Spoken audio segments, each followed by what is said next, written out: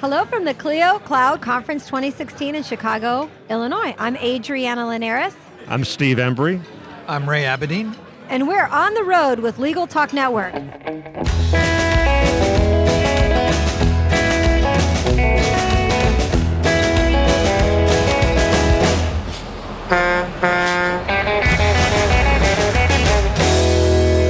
we're back. So, Steve and Ray, I asked you to come and talk to us because you are, representing pretty large law firms. Steve, what firm do you work at? I'm with Frost Brown Todd. And how many attorneys about? We probably have about 500 attorneys in a 4 or 5 state area. Okay. Ray, what about you? What firm are you with and how many lawyers do y'all have? I work with Sedgwick. We have around 270, 280 lawyers in 16 offices. So the reason I asked you to come on and talk to us is because I think a lot of people would think about the Clio Cloud Conference as something that would be attended by Clio users. That would make sense. Solo and small firms looking to get a competitive edge using technology and to learn more about technology. You guys are a couple of big firm lawyers that came to this conference. I know, Ray, this is your second year? Third year? Yep. Oh, wow. And Steve, this was your first? It's my first year. So I just wanted you to talk to us about why you felt this was a good conference to come to and how the first day went, and did you think you make a good decision? And so actually, I'll start with you, Steve. This was your first year. Yes. Why did you come? Because you told me it was a good thing to come to. Okay, I love that you believed me. Always. And how did I do? You did great. So what do you think so far? I think it's a wonderful conference. A lot of very interesting ideas, a lot of good speakers. And, it's maybe to turn the question around, why did I come? A better question would be, why don't all lawyers come to something like this? Right. Big firm or small firm. And Ray, this is your third year. You felt compelled to come back. Why do you keep coming back? Because our profession is changing. The delivery of legal services is changing. The interface is technology and fresh new thinking. And Clio represents that fresh new thinking. And the speakers here are all interested in new ways to deliver legal services and to interface with our consumers and provide leverage that we'll need to be better able to help our clients, which is our goal as lawyers. Let me kind of follow up on that, because it's a thought that I had too. So many conferences that I go to are really substantive directed. In other words, what does the law mean? What does it say? How do you handle a legal dispute? This conference is more about process. How do you communicate with clients? How do you solve legal problems? What are the tools that you can use? What's best to use? So to me, it's much more valuable because I can always go out and find how to litigate a class action. I can read that, I can search it on the internet, but to actually hear people talk about the process of practicing law at these days and times is really quite refreshing. I guess we should say that much of the agenda is not based around Clio, the product. They find these luminaries in and outside of the profession to come and talk to us about these things. What are some of the sessions or speakers that you've seen, Ray, that you really enjoyed? I just came out of an hour-long session with Ross, Andrew Arruda, and the concept of artificial intelligence as a tool, as an emerging tool to help us process large amounts of information. Absolutely not a threat. No difference than the car or the telephone or an airplane. It was a threat to the existing tools, modes of transportation, modes of communication at the time, but we've evolved as human beings. It's part of our DNA. And Andrew was very good at explaining how artificial intelligence is already and can be a tool to help us process information, which is what we do so that we can then give our judgment to our clients and help them through a difficult situation. Excellent. Steve, anything amazing you've seen that you really it's interesting. There's an old saying, you try to drive down the road looking through the rearview mirror, it's generally a recipe for disaster, and I view practicing law that way. And so for me, where else could you go find speakers like Andrew Arruba or Darth Vaughn or Ed Walters? Yeah. I mean, they're at the cutting edge of everything, and what they're talking about is no place near what you can find at any legal conference that I know of. Or a bar conference. Or particularly a bar conference. Yeah, it takes it takes a cutting edge company like Clio that's in the legal technology startup space. They still like to call themselves a startup, even though they're about 8 or 9, 10 years old. To have that forward thinking to bring people like this together and to put on a really energetic and great conference. Right, and it's interesting that the speakers here many of them are no longer practicing lawyers.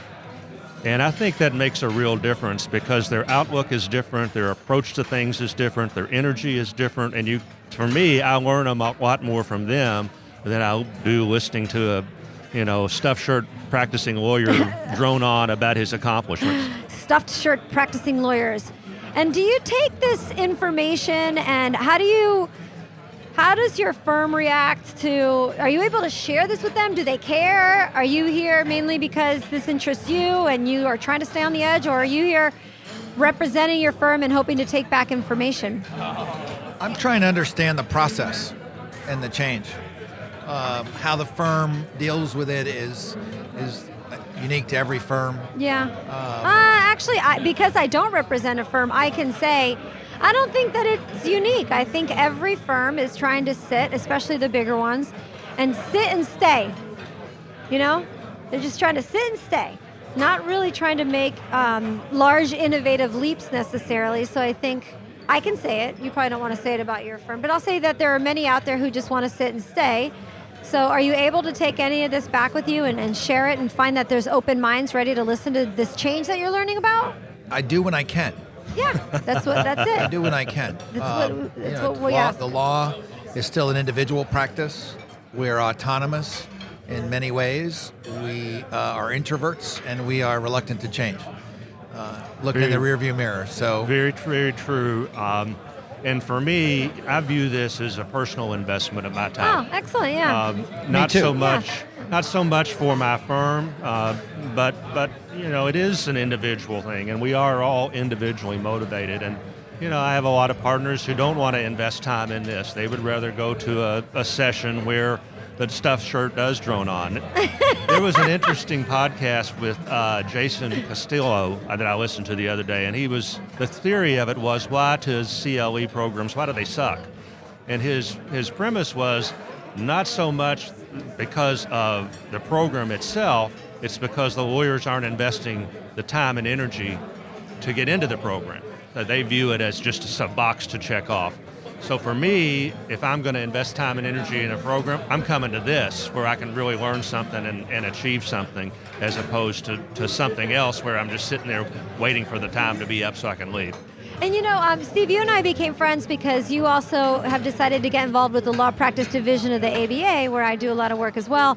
And again, big firm lawyers don't tend to really think that that's an important part of maybe their professional development or their business development. So I have to tell you, I really appreciate you being here and being involved with law practice. And Ray and I go way back. Ray's actually the immediate past president of the Florida Bar, and spent a lot of time last year studying how the profession is changing. Not even studying. I mean, he was really a proponent for lawyers opening up their hearts and minds and their practices to respecting what technology is doing in a big way.